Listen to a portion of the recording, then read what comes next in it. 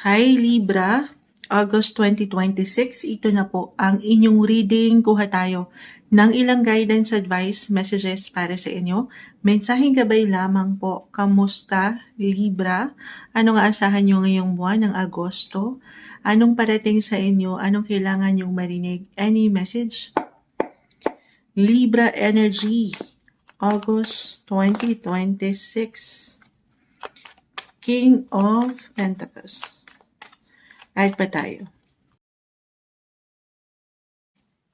This month of August po, paisa-isa ang umaangat. Queen of Swords, Four of Swords, the Star. Okay. Five, the High Priestess. Sige, add pa tayo. Yung sandali. Ang daming ganapan. Manifestation card, the Star, the Page of Pentacles pagtabi natin. So, tayo po ay general reading ha. Siyempre naman, just only take what resonate pa rin. Libra. Ipahayag nyo na, tanggapin nyo na, panghawakan nyo na, kung ano yung mga gusto nyo pang ma-reach, ma-receive, ayan sa universe. Hindi lang sa mga tala. The Star ay narito. Hindi ko na ipapakita sa live kasi wala siyang damit. Ito na lang si Page of Pentacles. Tayo po ay live na live. Manifestation card, si Page of Pentacles. Oo. Kung ano yung mga hopes, your goals, your dreams, dyan yan pumapasok guys. Meron ba? Ano yung mga gusto niyo pang ma-achieve? Hindi yan imposible. Believe, dream, believe, survive ang atake na naman natin. Starstruck.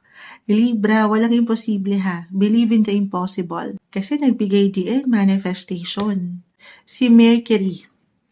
Mercury, the planet of communication, transportation, technology, ayan. It will enter your 11th house. Actually, energy to ni Aquarius, si the Star. Manifestation din po sa 11th house. Anong ibig sabihin nun? Kung meron mang na-mention si Moonchild astrologically guys, ito na nga. Kasi may ipapasok ko kung aking i-apply lang naman sa ilang bumabagsak sa iyong baraha. I feel na meron kayong higit na kumpiyansa ngayon or suporta na matatanggap sa ilang kaibigan nyo kasi 11th house, connected po yan sa friendship, your network, collaborations, partnership, pasok na natin. Kahit over the net yung connection, use the power of your voice. I feel na may pag-expand din ng inyong mga network. Anong connection yan sa aking minamanifest Moonchild? Itong mga taong ito or ilang suporta sa paligid nyo, hindi nyo pa man yan ma-realize ay siyang maaring magbigay daan patungo sa inyong mga pangarap pa. Sa mga goals nyo, yung dreams nyo. Okay, the story narito. Panghawakan nyo na, tanggapin nyo na, but of course, still, Libra, nasa inyo pa rin ha. Ito lamang po ay guidance. Nasa inyo pa rin. Everything's still up to you. Show up guys. Pakita nyo lang yung inyong mga natural na kakayanan. Especially, I feel na this month, August 2026, you will meet the right people at the right time. Yes, kung ito'y pahihintulutan, you have to put yourself out there. Connect, reconnect, communicate, let people know na nandyan ka. Ito yung magagawa ko, ito yung kakayanan ko. At I see na may mga support. Higit rin kayong mapakikinggan. May ilang maring for some of you, tayo ay general reading, may ilang events, party, kaganapan, na may kaugnayan din po sa inyong mga buhay paggawa. Si King of Pentacles ay narito. Ito lang, si Queen of Swords nag-reverse yung boses nyo.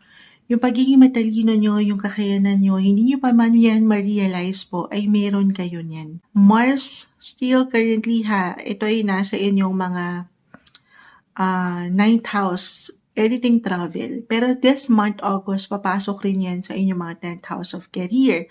So on fire ang inyong mga buhay karera guys. Ang lawak ng umaangat, pero may paglago, may growth akong nakikita para sa inyo. I see new connections din po, new friendship, or why not new love interest ba to? Since si Venus, ang inyong mga planet ruler, Libra, it will enter your sign. Actually, pumasok na ba? Double check natin. Hindi pa, next month yan. Ngayong buwan yan. So, by the time na mapanood nyo to, guys, July pa lang kasi, ano? Yes, this month, August. Sino ba si Venus? Planet of beauty, attraction, money. Iyan po ang inyong mga natural planet ruler. Yes, ito'y papasok sa inyo mismong sign, guys. So, yung charisma nyo, yung inyong magnetism, pagiging magnetic, yung inyong mga charm, aangat yan ng kusa. Hindi nyo pa man yan mapuna, pero kayo po ay magiging kapuna-puna. Kahit sa inyong mga presensya lang, sabi ko nga, put yourself out there, connect, kahit over the net kung ang inyong mga trabaho ay nasa online, reconnect, especially sa mga old friends nyo rin, support, may mga tao na nandyan. Guys, huwag kayong mag-hide. Kasi sa ilang barahan nyo, para sa ilan, okay, kahit pare-pareho kayo ng sign, magkakaiba ng paraan ng bawat isa. Baka kayo po ay napanghihinaan ng kalooban or pagdudahan yung pwede nyo maipakita. Low-key, private din yung ilan.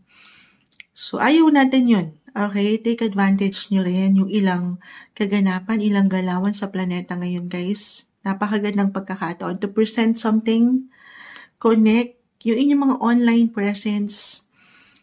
Kasi nga, makikita kayo, effortless to, guys. May pag-level up, pag-increase ng inyong, or ano ba yung sinabi ko?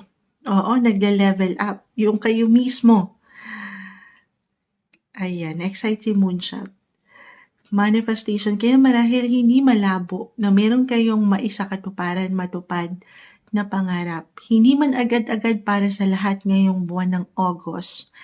Hindi nyo pa man yan napupuna, pero it could be a stepping stone, yung bawat aksyon na gagawin nyo this month para sa growth, sa ambisyon nyo, sa mga goals nyo, sa mga taong pwede nyo makasalamuha. Hindi man ngayon, pero at one point magagamit nyo yan. Hindi sa meron tayong hinihintay na something benefits sa mga taong ito sa inyong paligid, pero yung investment, kahit sa simpleng energy, yan po ay maaaring malayo ang marating. Magagamit nyo sa tamang pagkakataon or may pagtutulungan nga akong nakikita para mas lumawak, mag-expand or mas mag-increase, mag-level up kayo sa inyong buhay. Especially kung saan rin kayo ay merong kikitain. Syempre naman, si King of Pentacles. So, reversal yung energy natin every time, guys. Mars right now, again, papasok this month, August, ang planet of energy action sa inyong mga buhay. Career, trabaho, okay?